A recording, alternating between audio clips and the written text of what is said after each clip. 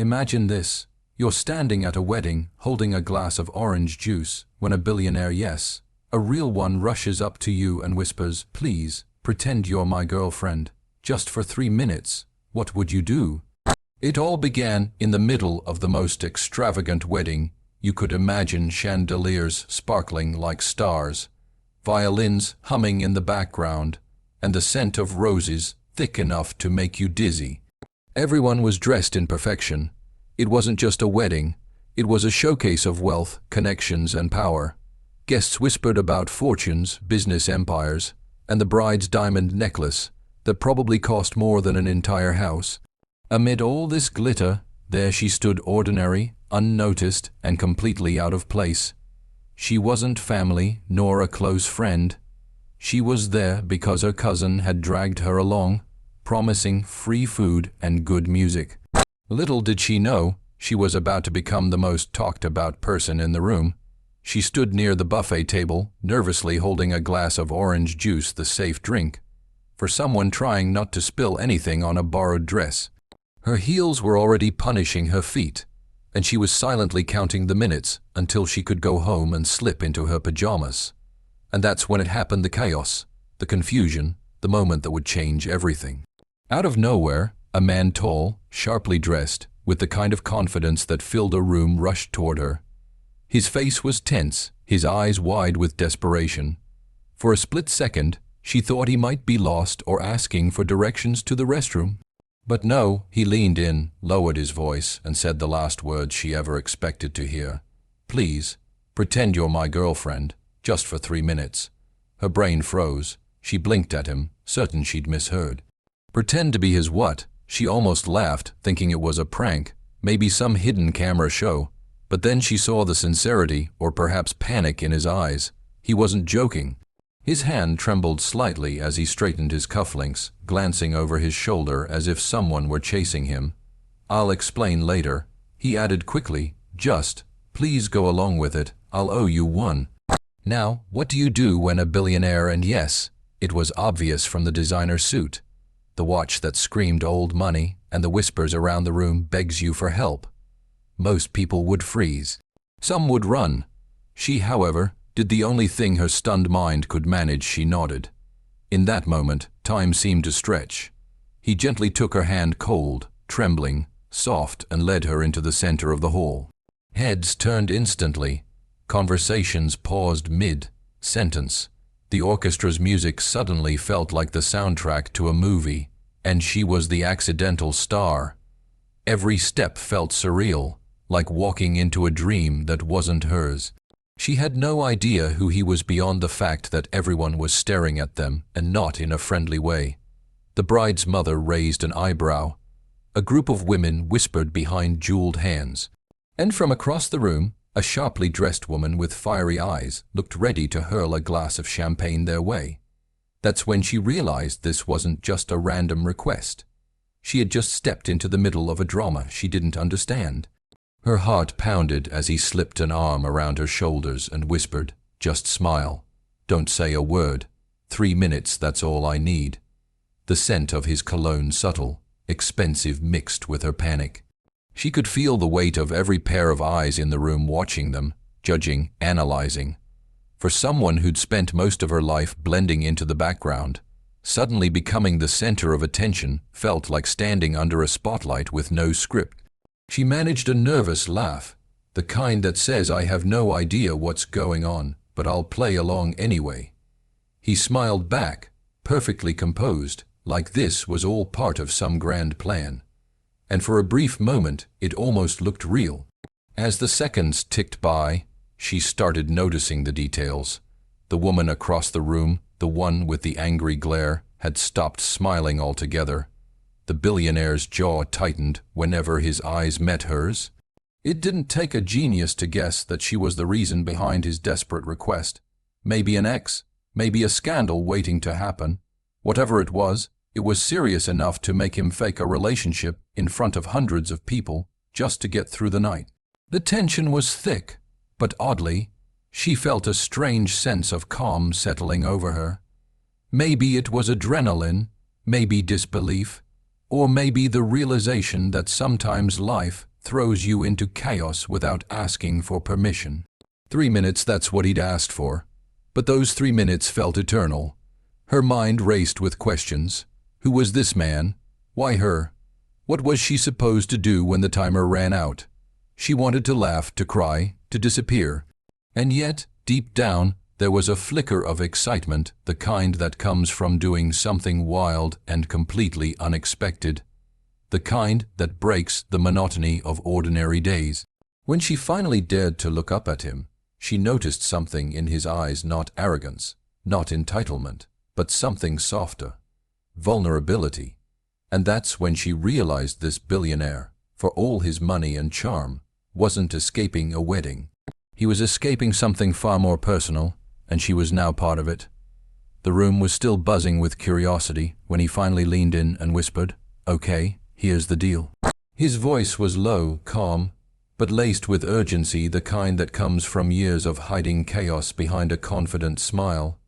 "Just stay by my side, pretend you're with me, and whatever happens, don't leave until I say." It sounded like something out of a movie, an absurd plot that no rational person would agree to. But there she was, nodding again, trying to understand how she'd gone from sipping juice alone to dating a billionaire in front of 100 strangers. He introduced her to people she didn't know, and yet every greeting felt like a scene in a play, carefully rehearsed, perfectly timed. "This is my girlfriend," he said, casually, with the kind of charm that made people believe it instantly. She barely managed a polite smile, still unsure how to play the part. Inside, her mind was racing. Girlfriend? Since when? How do you even act like one without making it obvious you're faking? But outwardly, she kept her calm, clutching his arm as if this were the most natural thing in the world. The whispers started almost immediately. People love stories, and this a mysterious woman suddenly appearing on the arm of the city's most unattainable bachelor was too good to ignore. Some smiled, some sneered, some looked shocked. Cameras flashed discreetly, and she felt like every click was capturing a lie she hadn't agreed to tell. But he played it flawlessly, greeting guests, laughing at jokes, introducing her as if they'd been together for years. He was smooth, practiced, and that was the first clue that this wasn't the first time he'd had to perform. Finally, when they found a quiet corner away from the crowd, she whispered, "You're going to have to explain this." He sighed, rubbing the back of his neck like a man carrying too many secrets. "It's complicated," he said, his voice dropping. "The woman over there, the one staring like she wants to throw a drink at you, is my ex-fiancé. My family's been trying to push us back together ever since we broke off the engagement. They think we can still make it work, and she doesn't exactly take no for an answer." He paused, looking almost embarrassed. "So, when she saw me alone, I panicked. I just needed an excuse, someone to make her believe I've moved on." She blinked at him, stunned. "So you picked me, out of everyone here?" He smiled faintly. "You were the only one who looked real. That caught her off guard. Real? What did that even mean? In a room full of diamonds and designer gowns. Maybe her simplicity stood out, the plain blue dress, the unbranded clutch, the way she didn't fit into the world of billionaires and heirs. Maybe that's why he chose her. Maybe, for just 3 minutes, he wanted something or someone genuine. She wasn't sure whether to feel flattered or furious. "You realize how insane this sounds, right?" she muttered.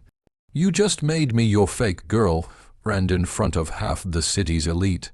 "I know," he said softly, "and I'm sorry. I just needed to survive this night."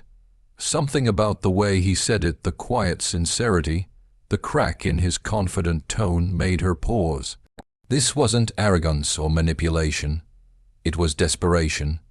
He wasn't trying to use her. He was trying to protect himself from a world that didn't take no for an answer. For the first time, she saw not the billionaire everyone admired, but the man behind the headlines, someone cornered by expectations, family pressure, and the suffocating weight of reputation. As the orchestra shifted into a slow waltz, he turned to her again. "They're watching," he murmured. "Would you dance with me? Her first instinct was to refuse. She wasn't a dancer, at least not one meant for glittering ballrooms, but the look in his eyes wasn't a command, it was a plea. So she placed her hand in his and they stepped onto the dance floor. The lights dimmed and the melody wrapped around them like silk. For a few fleeting moments, she forgot the absurdity of it all, forgot the whispers, the stares, even her discomfort. All she could feel was his hand steady on her back, his heartbeat faintly matching hers, and the strange calm that came with pretending. "See," he whispered with a faint smile, "you're doing great." She couldn't help but laugh. "Great, I'm terrified." "Good," he said, "that makes it believable." Those 3 minutes were supposed to be a performance, a harmless lie to get through the night.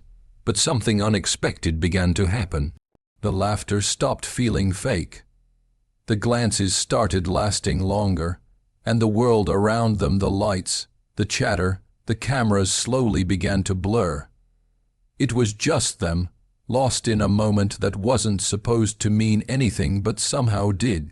And when the music finally stopped, reality came rushing back. The crowd clapped politely, and the ex-fiancé looked defeated, retreating toward her table. He exhaled deeply, as though a great weight had been lifted. "You just saved me," he murmured, his voice barely audible. She smiled nervously. "So that's it, the 3-minute deal is over." He hesitated, eyes flicking toward her, the ghost of a smile tugging at his lips. "It's over? For now?" Those words lingered between them like an unspoken promise or a warning. What was meant to last 3 minutes had just opened a door neither of them knew existed. And deep down, both of them sensed it. This wasn't the end of a performance. It was the beginning of something neither could have scripted.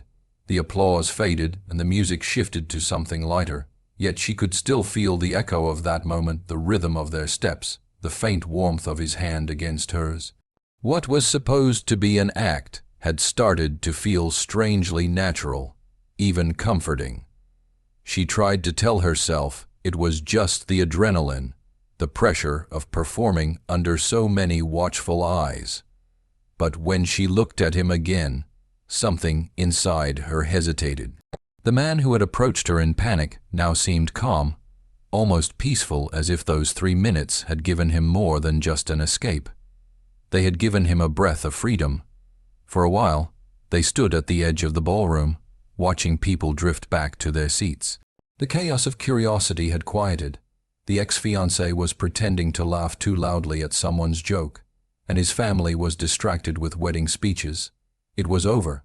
The deal had worked. Yet neither of them made a move to walk away. She sipped her drink, trying to process what had just happened. "So," she said, half teasing, half serious, "is this the part where you disappear and I never see you again?" He chuckled softly, and for the first time, the sound wasn't forced. "You make it sound like I do this often." She raised an eyebrow. "Don't you?" He hesitated just long enough for her to catch it. "Let's just say," he replied, "I'm used to pretending things are fine when they're not." Something about his tone, the quiet honesty buried under confidence, caught her off guard. It wasn't the answer she'd expected.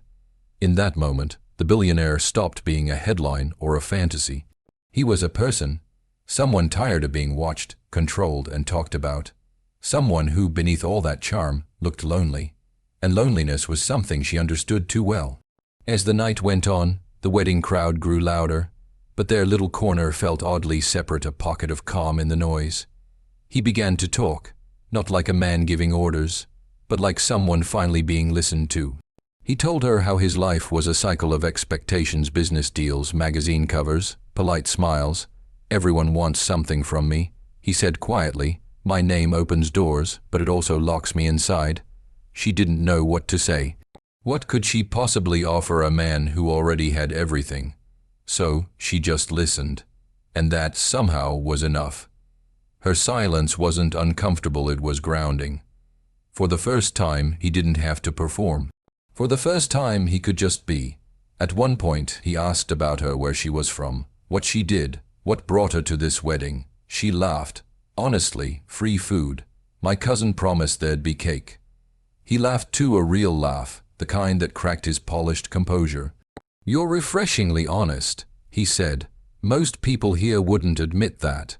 "Well," she replied, grinning, "most people here aren't wearing borrowed shoes that are 2 sizes too small." And just like that, the tension dissolved. They talked about small things, big things, nonsense, and memories. The billionaire and the ordinary girl, 2 people from opposite worlds, finding common ground in humor and honesty. It was surreal. Every few minutes, someone would glance their way, curious about the mysterious woman who'd somehow captured his attention, but neither of them cared anymore. Somewhere between conversation and laughter, she realized how different he was from what the world saw. He wasn't the cold businessman or the arrogant playboy the tabloids described. He was thoughtful, gentle even. When he spoke about his late father, his voice softened. When he mentioned how he built his company from scratch, there was pride but also exhaustion. "People think being rich means being free," he said, "but freedom's the one thing I've never really had." That line stayed with her. She thought about it long after he said it. Here she was, a woman who had often dreamed of wealth and luxury, listening to a man who had it all but envied the simplicity she took for granted. It made her wonder maybe the world was full of people chasing what others already had, never realizing the value of their own lives. The band started another slow song, and without a word, he offered his hand again. This time, she didn't hesitate. There was no need to pretend now. The act had ended long ago. The crowd around them blurred into soft colors and distant chatter. For a brief, beautiful moment, it felt like they existed in their own quiet universe, no labels, no lies, no expectations. Just 2 strangers who, by pure accident, had stumbled into something real. He looked down at her, a faint smile playing on his lips. "You know," he said, "I thought I was asking you to help me escape a situation, but I think you've helped me escape myself." She smiled, but said nothing. What could she say to that? Words would have ruined it. So, she let the silence stretch comfortable, warm, and oddly fragile, like a bubble that could burst at any moment. For the rest of the evening, they stayed together, not because of the fake story, but because neither of them wanted to let go. Every shared glance, every soft laugh carried something deeper, a quiet recognition that in the strangest of places, and under the most absurd of circumstances, they had found connection. Not the loud, dramatic kind, but the simple, steady kind that sneaks up on you when you least expect it. And when the night finally drew to a close, she realized that their 3-minute act had stretched into hours that neither of them had planned, but both of them would remember. What began as a favor, a lie, a moment of improvisation, had turned into something far more powerful. Truth disguised as pretense, affection hidden beneath performance. And though neither of them said it aloud, both knew this wasn't supposed to happen. But sometimes life doesn't follow the script. Sometimes the most unexpected connections begin with a desperate whisper at a wedding and a simple promise to pretend. Just for 3 minutes.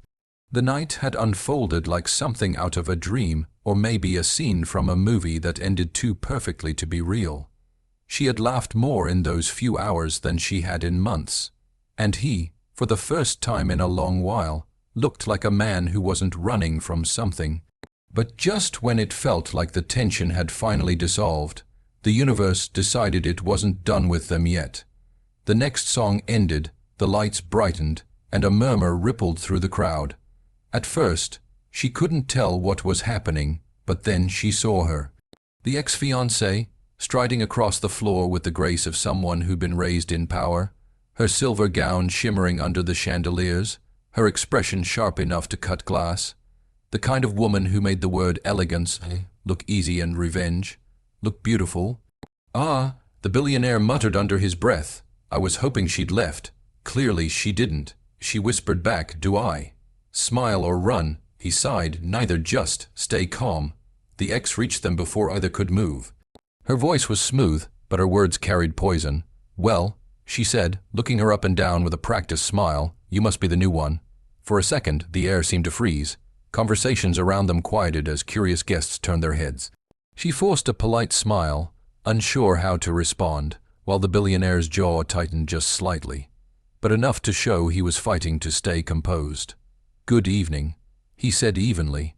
"We were just leaving." But the ex wasn't done. "Leaving? Already? That's not like you. Usually, you enjoy the spotlight." Her eyes flicked toward the woman beside him, cold, assessing, cruel. "I suppose anyone can play the part if you're desperate enough." That was the moment she realized exactly what she'd stepped into. This wasn't just about pretending anymore.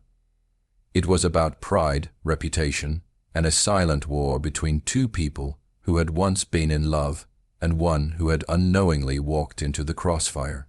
She felt a surge of anger, not because of the insult, but because she refused to be treated like a pawn.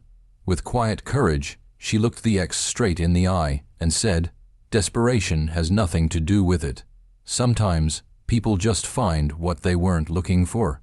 Her voice was calm, steady, but her heart was pounding so hard she could feel it in her throat. The billionaire glanced at her, surprise flickering across his face, and for the first time all evening, the ex didn't know how to respond. She blinked, forced a laugh, and murmured something under her breath before turning away, her heels clicking sharply against the marble floor. When she was gone, the billionaire exhaled. "You didn't have to do that," he said quietly. "I know," she replied, "but someone had to." He looked at her, really looked at her, as though seeing her for the first time, not as a stranger who'd saved him from a situation, but as someone who refused to be small, even in a room full of people who made her feel invisible. And in that gaze, something shifted. Whatever had begun as a charade was now tangled with something raw and real. But the night wasn't done testing them. Moments later, one of the billionaire's friends, or maybe a reporter pretending to be one, approached with a sly grin and a phone already recording. "I've got to say," he teased, "this is big news. The city's most eligible bachelor finally taken. Tell us, when did this happen?"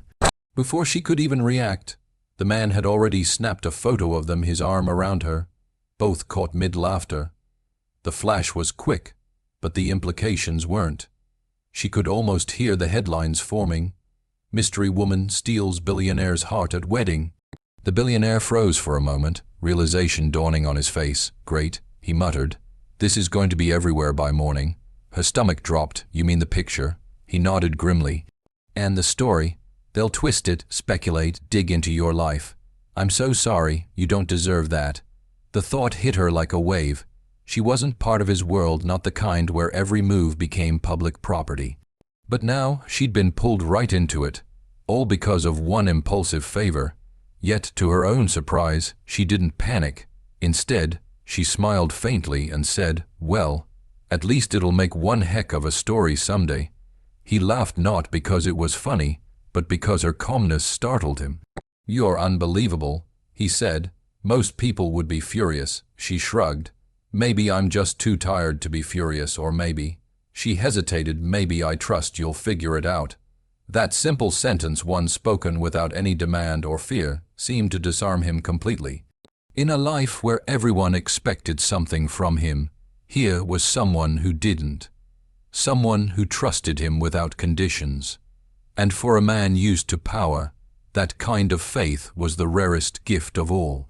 Later that night, when the crowd had thinned and the air outside was cool and quiet, he walked her to her car. The city lights shimmered in the distance, reflecting in his eyes. "You didn't sign up for this," he said softly. "And yet, you handled it better than I ever could," she smiled. "You said 3 minutes, it's been 3 hours. He laughed under his breath. "Yeah, and somehow I don't want it to end." But just as she was about to reply, his phone buzzed sharp, insistent. He glanced at the screen, and his expression changed instantly. The easy calm vanished, replaced by tension. "I have to take this," he said, stepping aside. She caught only fragments of his conversation, something about damage control, the press, and family interference. And in that moment, as he turned away, she realized something. This wasn't over. The night's performance had spiraled into a story neither of them could control. What had started as a harmless 3 last-minute escape had now become something dangerously real with consequences that neither had expected. As she watched him on the phone, framed by the golden lights of the city, she couldn't help but think. Sometimes the twist in a story isn't a betrayal, or a scandal, or a lie. Sometimes the twist is realizing you've started to care, and there's no way to pretend anymore. The next morning arrived not with peace, but with chaos. Her phone buzzed endlessly, unknown numbers, unread messages, and headlines she hadn't even imagined could exist. Her face was everywhere, on news blogs, gossip pages, and social media posts filled with half-truths and wild theories. Mystery girl steals billionaire's heart. One headline screamed, secret relationship revealed, said another.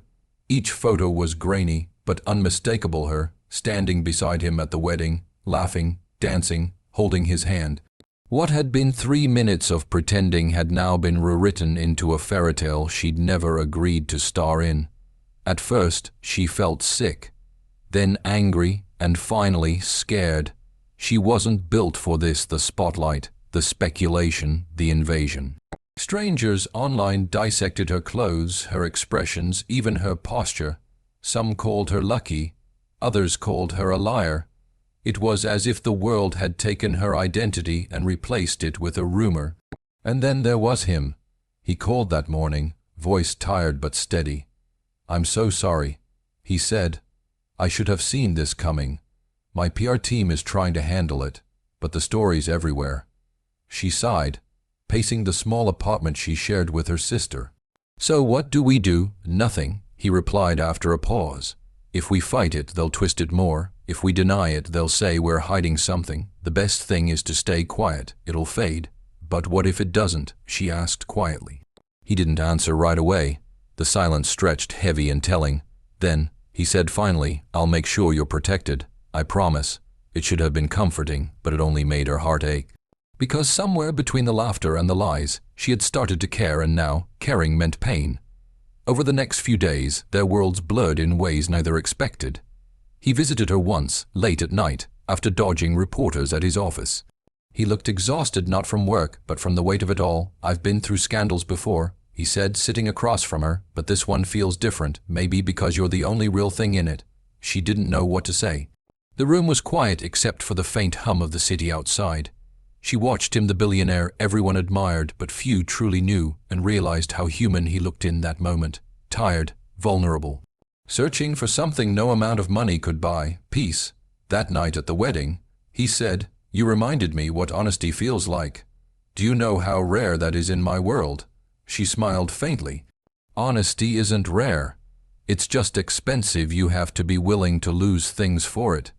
He laughed softly, but it wasn't out of amusement, it was recognition. She was right. For years, he'd surrounded himself with comfort, luxury, and control, but never truth. Everything had been curated: his image, his words, even his relationships. And then, by accident, a stranger had walked into his chaos and held up a mirror. That was the lesson, he realized. Life has a strange way of teaching you through people you least expect. The ones who appear for a moment, but leave a mark deep enough to change how you see everything. For her, the lesson was different, but just as profound.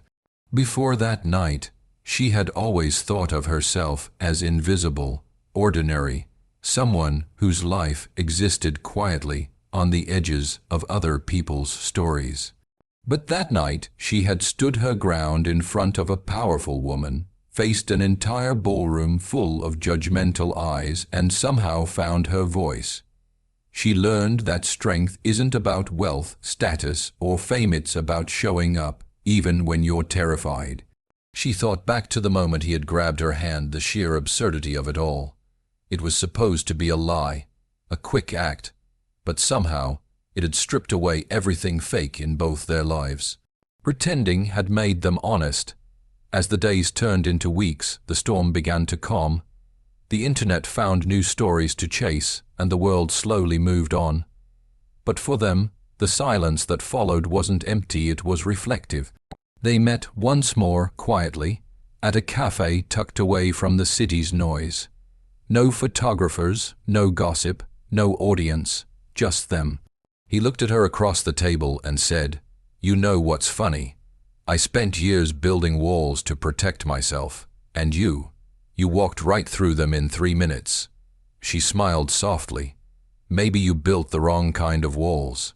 He nodded, thoughtful. "Maybe, or maybe I needed the right person to remind me why I built them in the first place."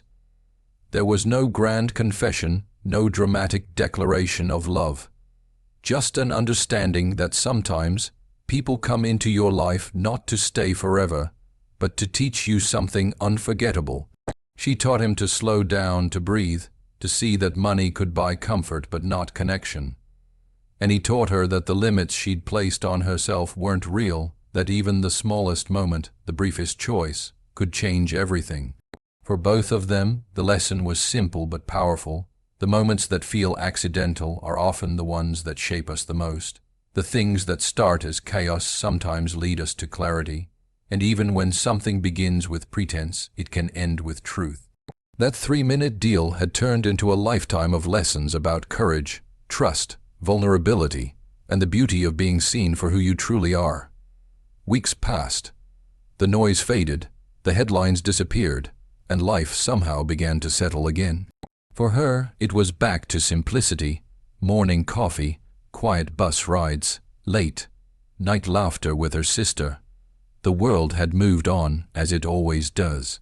But sometimes, when she scrolled through old photos or caught a song from that wedding on the radio, she would remember not the chaos, not the gossip, but the moment everything had changed. It wasn't about the billionaire anymore. It wasn't even about the 3 minutes they'd shared.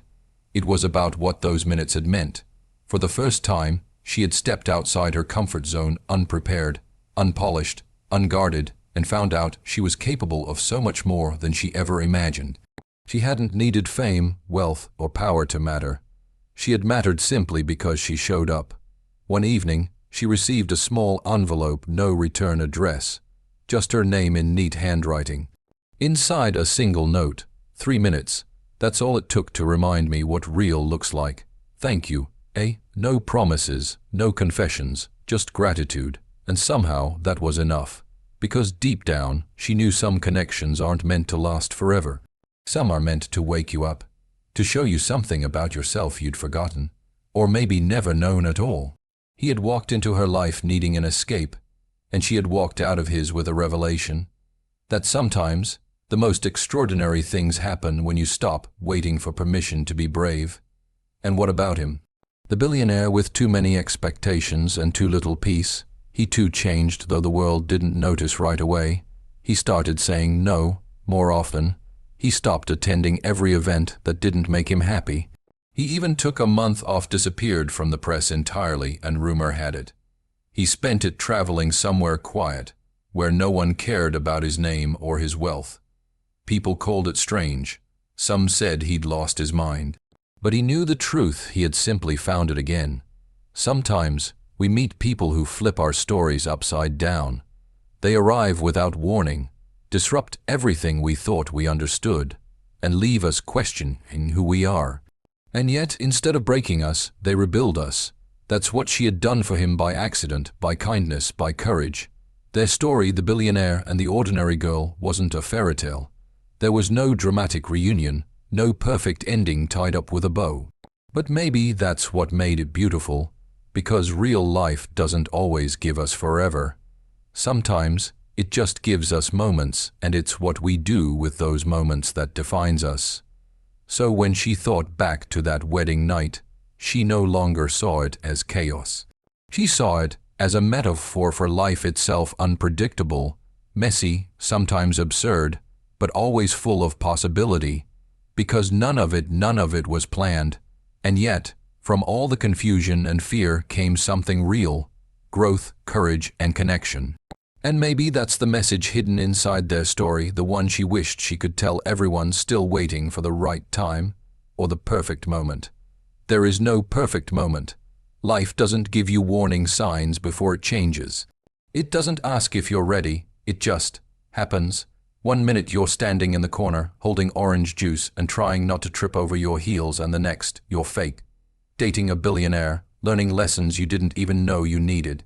It's absurd, yes, But it's real because life is absurd.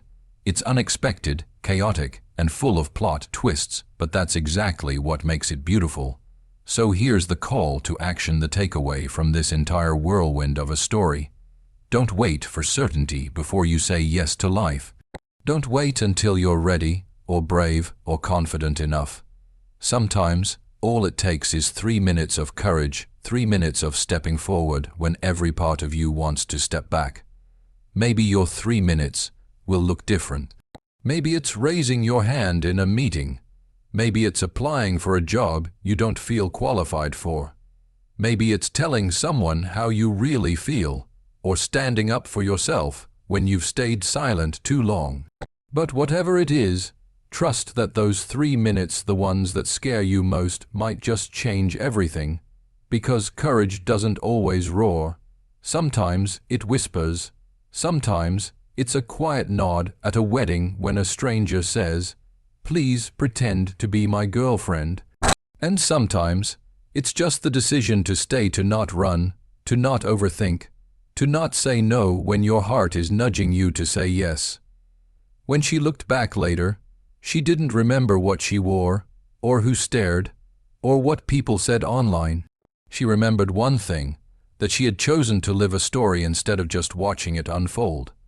And maybe in the end, that's what life is asking of all of us, to stop waiting to be chosen, and instead to choose. To choose to risk, to choose to step into the unknown, to choose to live, because who knows, maybe the story that changes your life starts exactly like hers, with chaos, confusion, and one unexpected request.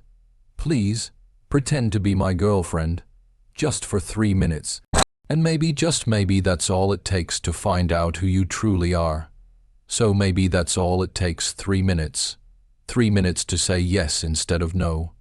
3 minutes to be brave when fear is louder. 3 minutes to rewrite a story you didn't even know you were part of. That night wasn't about money, or fame, or scandal.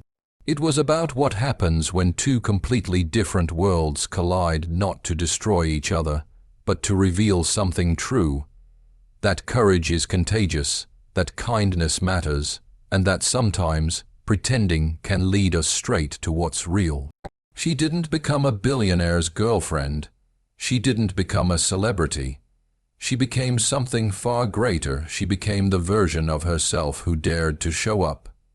And he realized that no amount of wealth could buy what she gave him freely: honesty, humility, and humanity. So, if there's anything this story leaves behind, it's this. Don't wait for the perfect moment.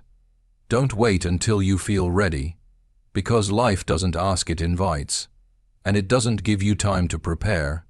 It gives you 3 minutes to decide whether you'll hide or whether you'll live. And when that moment comes, when life looks you straight in the eyes and says, "Will you help me? Will you step forward? Will you take the risk?" I hope you remember her story. I hope you remember that courage doesn't always look grand or graceful. Sometimes it looks like trembling hands, a nervous smile, and a simple, reckless yes. Because in the end, it's not the billionaire or the headlines that matter. It's not the wedding or the whispers. It's the heartbeat between two strangers and the truth they both found in 3 unforgettable minutes.